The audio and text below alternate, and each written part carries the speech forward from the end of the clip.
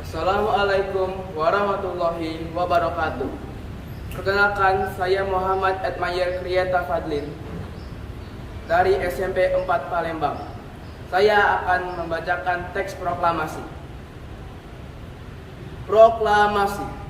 Kami, bangsa Indonesia, dengan ini menyatakan kemerdekaan Indonesia. Hal-hal yang mengenai pemindahan kekuasaan dan lain-lain diselenggarakan dengan cara seksama dan dalam tempo sesingkat-singkatnya. Jakarta, 17 Agustus 1945. Atas nama bangsa Indonesia, Soekarno-Hatta. Wassalamualaikum warahmatullahi wabarakatuh.